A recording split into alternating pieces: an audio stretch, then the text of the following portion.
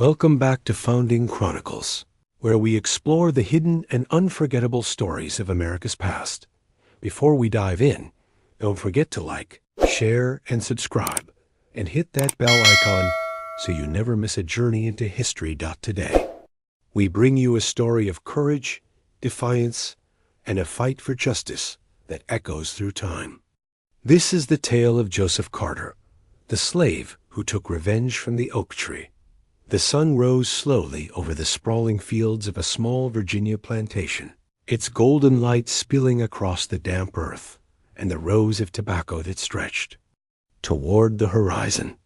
The air was thick with the smell of sweat, soil, and smoke from the early morning fires that farmers and slaves alike tended before the heat of the day fully set in.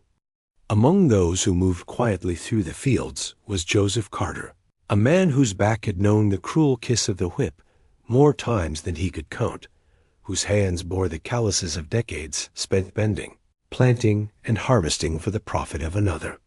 He was a man of quiet strength, the kind that grows in the spaces between fear and hope, and though he walked with the humility forced upon him by the world, his mind churned with memories that never let him rest.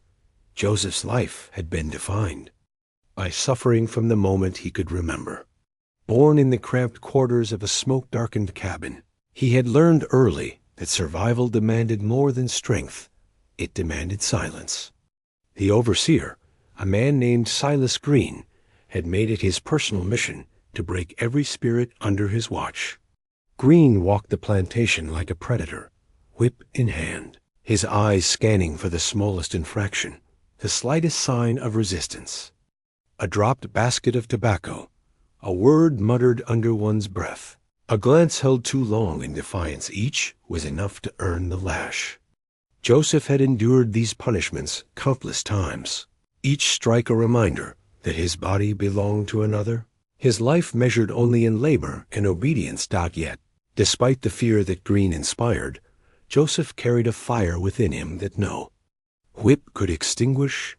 It was a fire kindled in whispered stories from his mother, tales of freedom and dignity, of ancestors who had walked free and proud before chains bound them.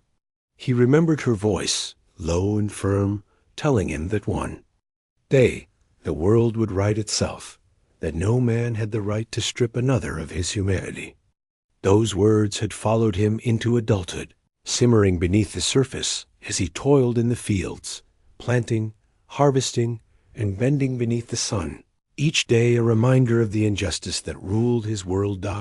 It was on one particularly hot summer day that Joseph's thoughts hardened into determination. Green had been crueler than usual that week. A young boy, no more than 12, had stumbled while carrying a basket of leaves, and Green's whip had cracked across his back until the boy could barely stand. Joseph had watched in silence, his fists clenched, heart pounding with rage that he had learned to bury deep within himself. The boy's cries echoed in his ears long after the overseer had walked away, the sound a relentless drumbeat that could not be ignored. That night, as Joseph lay under the stars in the cramped cabin, he thought of the oak tree at the edge of the plantation, a massive, twisted sentinel that had witnessed generations of suffering. Beneath its branches, he made a silent vow. He would not live his life in quiet submission any longer. In the following weeks, Joseph watched Green closely, noting his routines, the paths he walked through the fields, the times when he was most vulnerable. The overseer had grown complacent, certain that fear alone kept the slaves in line. He never imagined that one among them was plotting the impossible. Joseph moved like a shadow, unseen and unheard, learning everything he could. He spoke in hushed tones to a few trusted companions, men and women who had long suffered under Green's cruelty. They listened, some with fear, some with grim approval, as Joseph outlined what he intended to do. There was no bravado in his voice, only the cold, unshakable certainty of a man who had endured more than any human should be asked to bear. The day came when Joseph decided that words and planning were were no longer enough. He approached the oak tree as he had countless times before, its massive roots twisting into the earth like veins, carrying the lifeblood of the plantation itself. He ran his hand along its rough bark, feeling the history pressed into its fibers, the births, the deaths, the countless acts of cruelty and resilience it had silently observed. With each passing hour, the weight of the decision pressed on him, but the fire within refused to waver. He knew that once he acted, there would be no turning back. The plantation, the overseer, even the wider world, they would never look at him the same way again. Green, oblivious to the storm gathering around him, went about his business, whipping, barking orders, asserting the dominance that he believed to be absolute. But Joseph's mind was elsewhere, calculating, waiting for the precise moment. He did not move out of anger alone. He moved with purpose, with the clarity of a man who had been pushed beyond endurance. Every lash, every insult, every moment of fear had built into a single decisive action that would not only change his life, but serve as a statement, a reckoning for every injustice endured beneath the hot Virginian sundot as the sun began to dip toward the horizon, casting long shadows. Across the fields, Joseph approached the place he had chosen. The oak tree loomed above him, dark and commanding in the fading light, a silent witness to the world's cruelty. Beneath its branches, he prepared for what had to be done, knowing that the consequences were as certain as the blood that had been spilled to keep him in line. That night, he would no longer be merely a man bound by chains and fear. He would be a man who had taken his destiny into his own hands. And so, under the vast watching sky, Joseph Carter made his move a quiet, determined act that would echo through the plantation and beyond, a story of vengeance, courage, and the unbreakable human spirit. The oak tree, gnarled and eternal, stood as the stage for a moment that would forever mark the end of Green's tyranny and the beginning of Bath. Joseph's fierce, unforgettable assertion of freedom. Asterisk. Night fell over the plantation like a heavy blanket, muffling the distant sounds of the farmhouse and the last voices of the day's laborers. The moon, pale and watchful, cast silvery light across the fields, illuminating the twisting paths between tobacco rows and the edges of the forest that bordered the land. Joseph Carter moved silently beneath the shadows, his every step measured and careful. The oak tree, which had been the symbol of countless hardships, now became the instrument of reckoning. Joseph had prepared for weeks, gathering rope from hidden corners of the barn and carefully observing the habits of Silas Green. He knew that the overseer's arrogance would be his undoing. Green trusted fear more than caution. He believed that the slaves, beaten down for years, would never defy him openly. Joseph used this to his advantage, moving with precision born of desperation and long-suffered endurance. Every motion, every breath, was part of a plan that had consumed him. Body and soul. As Joseph approached the oak, he paused, placing his hand against the rough bark, feeling the energy of the tree beneath. His palm, the world seemed to hold its breath. Memories of his childhood, his mother's quiet wisdom, the countless lashings he had endured, they all rose up inside him, fueling the fire that would not be denied.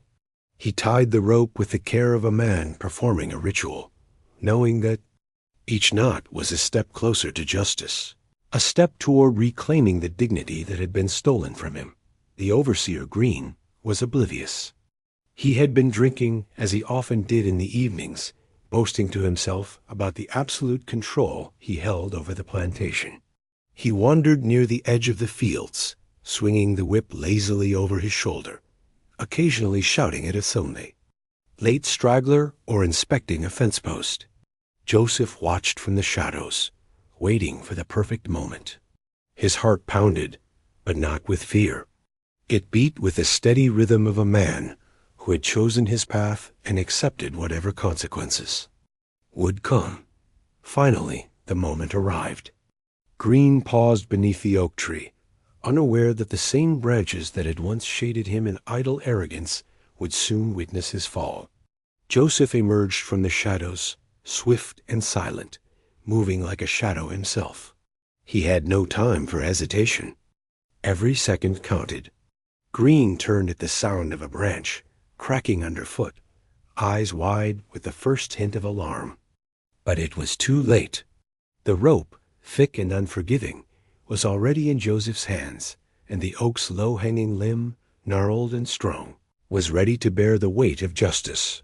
Green's scream tore through the night as Joseph acted, pulling. The rope over the branch and securing it with precision, born of months of careful planning. The overseer struggled, thrashing wildly, the sound echoing across the fields, but Joseph held firm. He did not strike out of hatred alone. His actions were guided by years of endurance and the fierce desire for freedom, not just for himself, but for the countless others who had suffered under Green's cruelty. The whip, once a symbol of terror, now lay forgotten in the dirt, replaced by the rope that turned the tide of power. The moment stretched, suspended in time, as Green dangled. From the oak, Joseph watched, chest tight, breath steady, knowing that this act would mark him forever. It was not a moment of gloating. It was a moment of reclamation, a restoration of balance in a world that had for too long rewarded cruelty and punished the innocent. The overseer's face, twisted in fear and disbelief, was a testament to the reckoning Joseph had brought forth. Afterward, Joseph did not linger. He knew that the consequences of his actions would ripple through the plantation, that the masters and overseers alike would search for the man who had dared to defy the natural order of their tyranny. He vanished into the night, moving through the woods with the quiet skill of a man who had learned to survive under the harshest conditions. Each step away from the oak was a step toward freedom, though he knew freedom was a complicated thing, a mixture of safety, secrecy, and the quiet satisfaction of having claimed one's dignity back. The next days on the plantation were tense and uncertain. Rumors spread like wildfire, whispers of the overseer's fate slipping from lips even among the terrified slaves. Masters scoured the fields, angry and fearful, but none could find the man who had dared to strike back. Joseph moved among his fellow slaves with calm composure, sharing no words, only the occasional glance that spoke volumes. They had seen a spark of hope rekindled, a possibility of justice in a world designed to deny it. Yet Joseph knew that he could not linger. The plantation had become a place of danger, a cage that would soon tighten around him. His act of courage had shifted the balance of power, but it had also painted a target on his back. He planned his escape with care, drawing on every lesson learned from years of servitude, every ounce of cunning and patience honed under Green's cruelty. He would leave, but not in fear alone. He would leave carrying the unshakable knowledge that he had stood, finally, for himself and for all those who had suffered like him. Even as he prepared to disappear into the shadows of the night, Joseph glanced back at the oak tree. It stood solemn and unyielding, a silent witness to the justice he had enacted. The air was heavy with the scent of damp earth and the lingering echoes of the overseer's final moments. In that quiet, Joseph felt a strange sense of peace. The chains that had bound him for so long, though still present in the world's eyes, had been broken in his spirit, and in breaking them, he had reminded everyone who had watched in fear that even in the darkest corners of history, the human soul could rise, fierce and unbowed. The first light of dawn barely touched the edges of the forest when Joseph Carter disappeared into the shadows beyond the plantation. The world seemed impossibly vast after the tight confines of fields and cabins, each step into the unknown, mixture of fear, hope, and the quiet thrill of liberation. He moved quickly but cautiously, keeping to the cover of the trees, listening for any sound of pursuit. The memory of Green's final moments under the oak tree was still vivid. a fierce reminder of both the justice he had enacted and the danger that still awaited him. For days, Joseph traveled through the dense Virginia woods, living off what he could find: berries, roots, the occasional small stream of fresh water. He relied on instincts honed over years of hardship, the skills taught to him by necessity and sharpened by desperation. Nights were the most dangerous, filled with the sounds of distant predators and the ever-present fear of being discovered. Yet he pressed on, driven by more than survival alone. Each step was also a step toward claiming a life that had been stolen from him, toward a freedom that he had long only dreamed of in stolen moments beneath the starlit sky. The news of Green's fate spread quickly across the plantation and into the nearby towns. Some spoke in hushed tones, trembling at the audacity of a single slave daring to take vengeance. Others whispered stories of the shadow of justice that had walked through the fields, reminding masters and overseers alike that cruelty had a cost. Among the enslaved community, Joseph's act became legend almost immediately, a spark of hope in a world that often sought to snuff out such sparks before they could ignite. Children spoke his name with reverence. Adults shared the tale in quiet, cautious tones. And even those who had long despaired found themselves daring to hope that one man's courage could make a difference. But freedom came at a cost, and Joseph knew it. He could not linger in familiar lands, not with bounty hunters and angry overseers scouring the countryside for retribution. He followed the old paths whispered about in secret by traveling traders, paths that promised movement northward, toward regions where the law, though imperfect, offered a measure of protection. Along the way, he met others escaped slaves and sympathetic strangers alike, who offered guidance, food, and sometimes just a reassuring word. Each encounter reinforced his understanding that while he had acted alone in vengeance, he was part of a larger struggle for justice and dignity that stretched across the land. Joseph's journey was not without peril.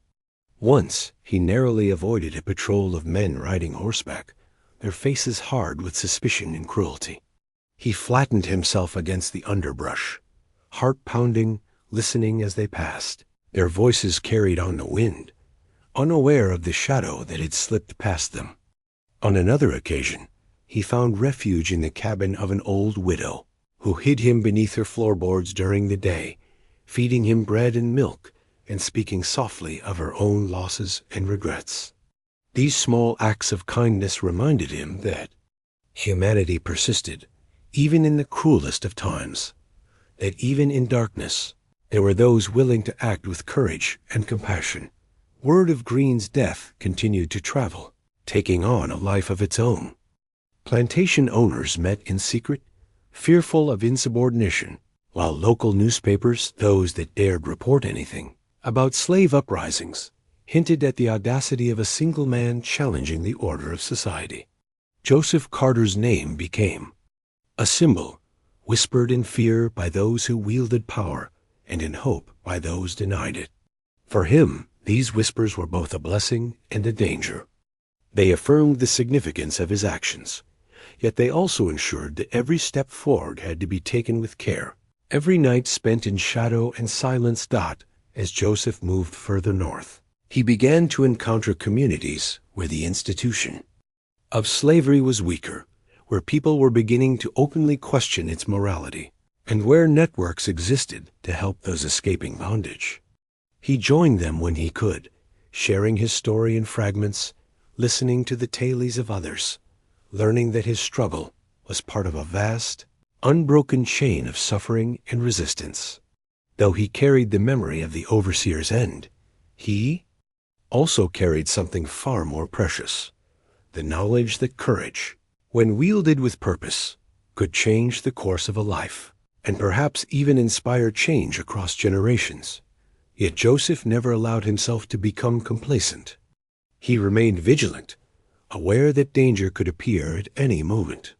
His nights were filled with restless sleep under the open sky, each rustle of leaves or crack of a branch sharpening his senses.